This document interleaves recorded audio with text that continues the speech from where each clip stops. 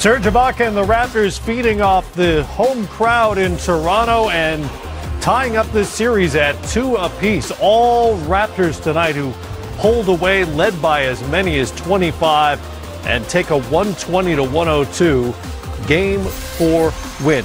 If you subscribe to the theory that a series doesn't begin until a road team wins, then there is no series.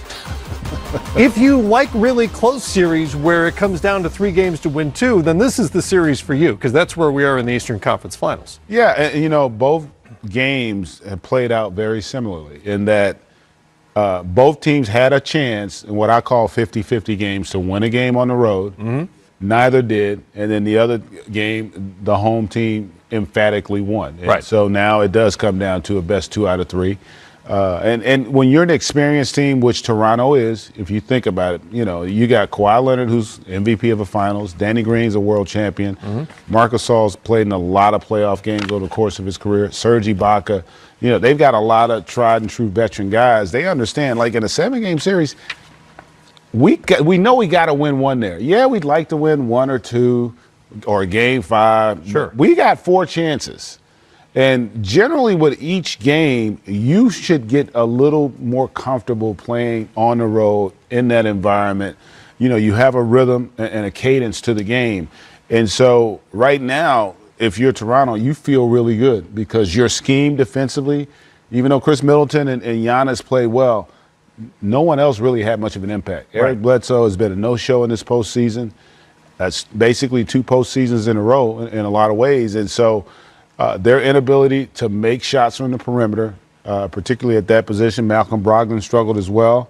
It's going to be a challenge for them.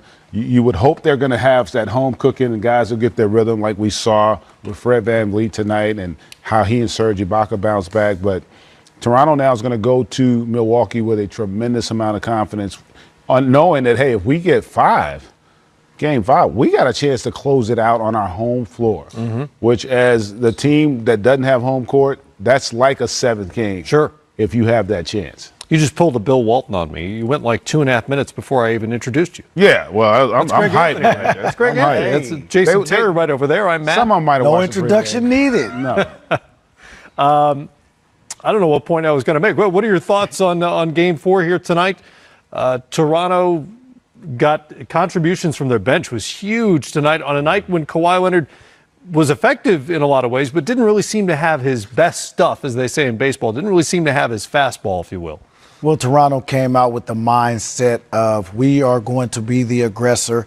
If you look at the head of the snake, and that's Kyle Lowry, he scored 12 of their first 24 points in the first quarter. He came out very dominant. He hit open shots. He made plays. GA talked about his presence on the glass. Just the little things is how Kyle Lowry put his imprint on this game tonight. And then the contribution from the bench, 48 bench points. Serge Ibaka in the second quarter had about 3 offensive rebounds that were momentum-type plays that took their lead from 6 to 11.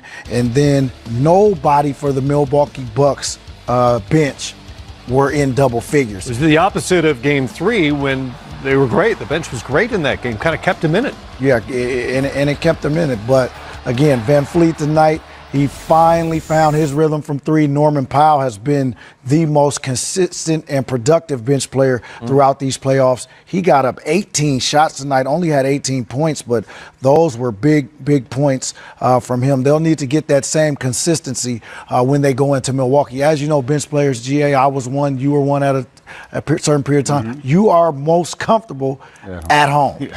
Right? Now you go on the road, it's just a little different. The hoops are still 10 feet. Yeah, why is that, by the way? I don't know. The hoops are still 10 feet. I've been asking this question for 15 years now, and I still don't get it. Just go ahead. You know what I think part of it is, generally the bench players aren't the stars. Sure. And, so we need confidence to help us get our rhythm and get into a flow. Like, your stars, they can miss 5 or 6 shots early in the game. It doesn't change who they are and their approach. We still expect them, and they know we need them to impact the game.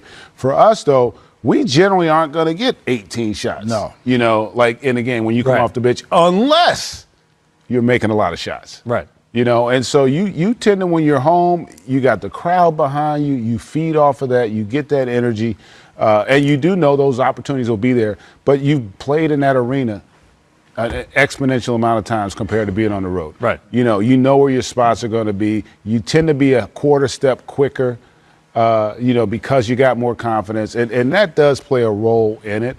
And that's a big part of it. I always felt that way. I mean, it's true. You see it play out throughout the playoffs. It's definitely a thing. I've never completely understood it, but that makes sense. And some of it is because you're younger. If you're a starter and you're a star, you've got the green light, right? You're not worried about how many shots you're going to get off. But to your point, you're going to have limited minutes as a guy coming off the bench.